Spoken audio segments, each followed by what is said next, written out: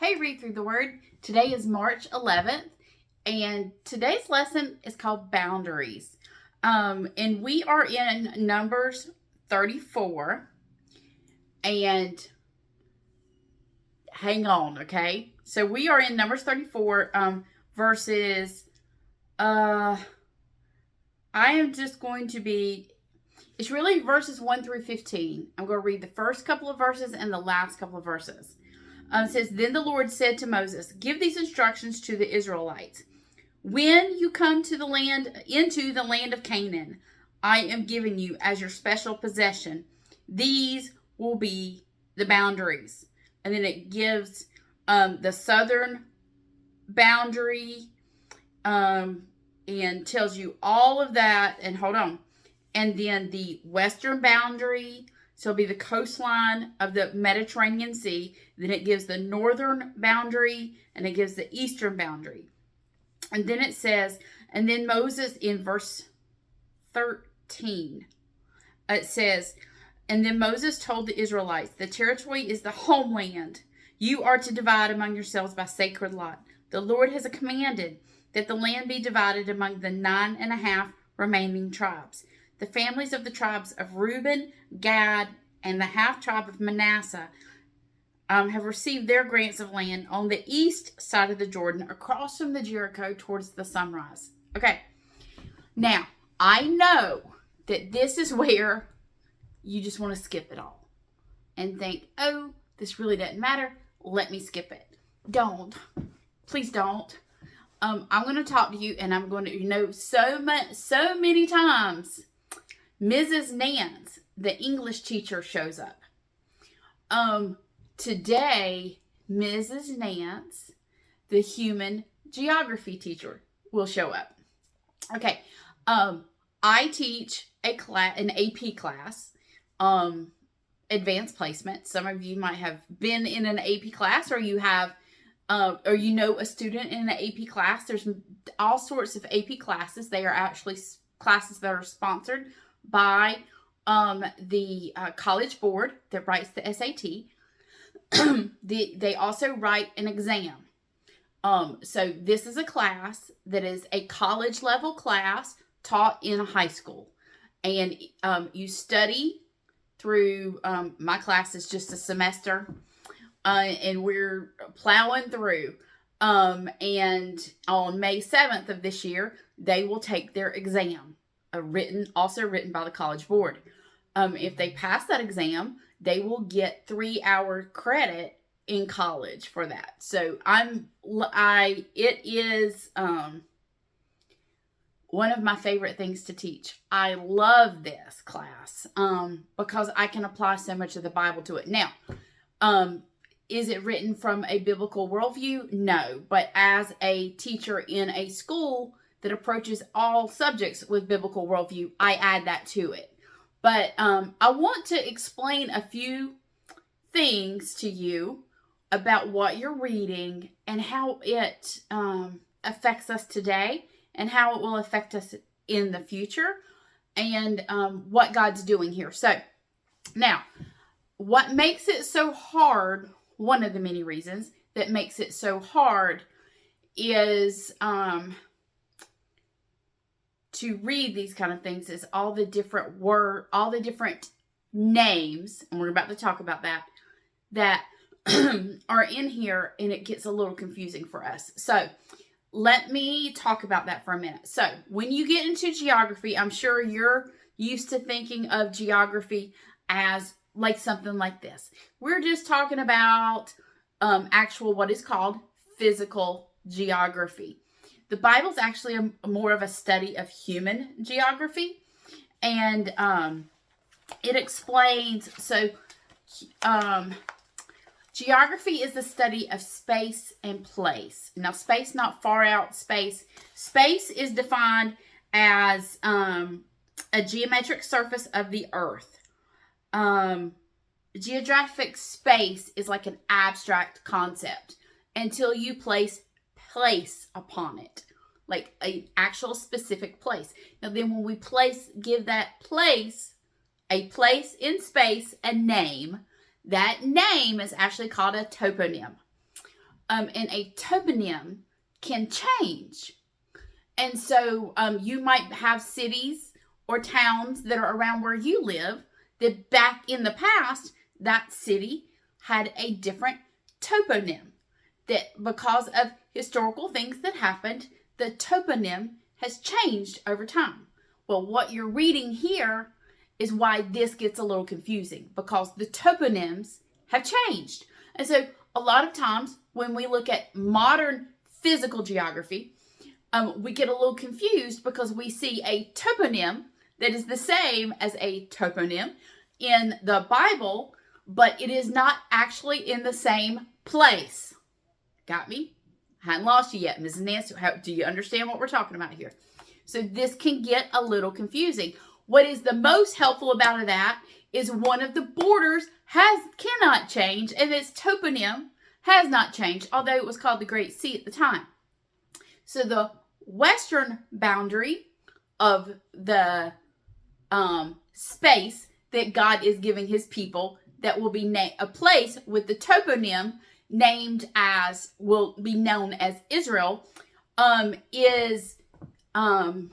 that border is the Mediterranean. So that one makes it pretty easy for us to see. And it is trying not to get a little confusing to go into all the vocabulary. But I want to tell you what is about to happen for these people and why the borders matter and why boundaries matter. So what you have, okay, I'm going to take you into some more terminology. And if you just hang with me for a little bit, I want to show you why it matters. Okay, what you have right now with the Israel is what in modern mission terminology we would call a people group. The actual geographic term for them would actually be they would be considered at this point a stateless nation. So I'm taking y'all all through some stuff. This is the hardest lesson for my students to learn, is as we talk about nation states, and stateless nations, and what the difference between all of them is. So what I want you to see is that a nation, before they actually cross the boundaries, they're called a nation in the Bible. The term we would call a state, and I'm about to tell you that. Nation is the idea of an ethnic group of people that share multiple things in common. Now, God has made this nation of Israel. So right now they are a stateless nation. They are an ethnic group that is roaming with no home. They do not have a home yet, so they would be considered a stateless nation. So once they will enter into the land and be given borders and be given an actual term, actually you can see this is the beginning, this is the end, all of that. They then become a nation state. Now they are a nation state in the meaning that they have borders and boundaries, and they are a nation, and meaning they are all one ethnic identity. They share a common ethnicity. They share a common language. They share a common religion. Now, quickly, you will see that, like today in the world, there are very few actually nation states. With my students, I will usually tell them the two that are going to show up on the exam to know as nation states will be Iceland and Japan. But there are very few of those in the world now. There are many stateless nations, but that's not for today's discussion. But Israel right now, in this time what we're reading, is a nation state who are about to become, who are a stateless nation about to become a nation state, because they're going to have boundaries. Now, why do boundaries matter? Now, because God is making a promise to his people. This has been the promise that has been coming since God called Abram and says, "Go and I will take you." that the promise is here. They're about to, it's within sight. They're about to take it. And so this idea of boundaries and why it matters. I want to tell you a couple of things about that. Now, here is what we see right here are he's telling the people God's intended borders for the promised land. There are very few Christians. There are Christians worldwide. So there are not, like me, I have never been to Israel. I hope to go. I have not been there.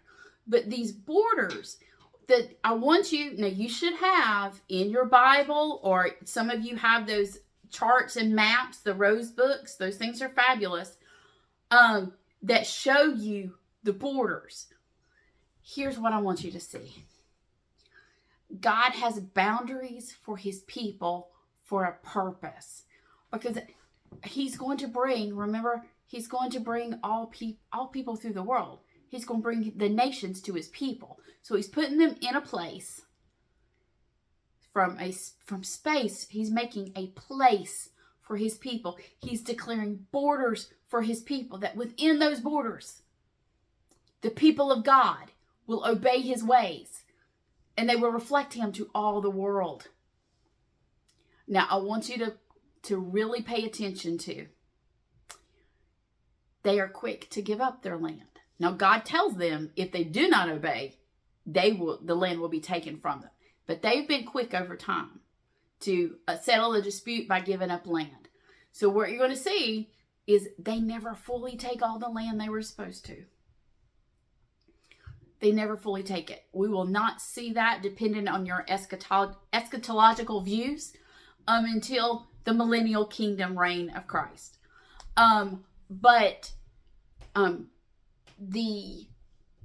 It's an important thing for God's people to recognize his boundaries, because outside of his boundaries, it's a different world out there. But inside his boundaries, God has promises for his people. And that will affect us greatly as we go into the New Testament when we talk about the spiritual implications of the physical things in the Old Testament. But we see that they don't do everything they're supposed to do. Spoiler on the book of Joshua. They don't do everything they're supposed to do. And we do see already mentioned a few people who we're okay out here. We don't have to come into the land that God's promised us. And that has a lot to say too. So that's going to show back up too. But I wanted to encourage you and to be here with you to talk all of these things, that there's always a purpose for everything God tells us. Does that mean we catch it the first time, or the second, or the third, or the 50th? No. Sometimes we're not ready to hear it yet. Sometimes we're still learning some lessons that God would have us learn first, and we're not. But never skip. Never skip. Read. Go ahead and read and say, Lord, I do not understand. Please give me understanding. Go ahead and see that the big thing is always to remember, what is this teaching me about God? And what do I believe about God? Because that will lead us through the reading. What we should see about God here is God is a God of order. God is a God of boundaries. And when we stay in the boundaries of God, we receive, in obedience, we will receive the covenant blessings of God. And that's what he's promising his people if they'll pay attention. So we'll see you next time on Read Through the Word.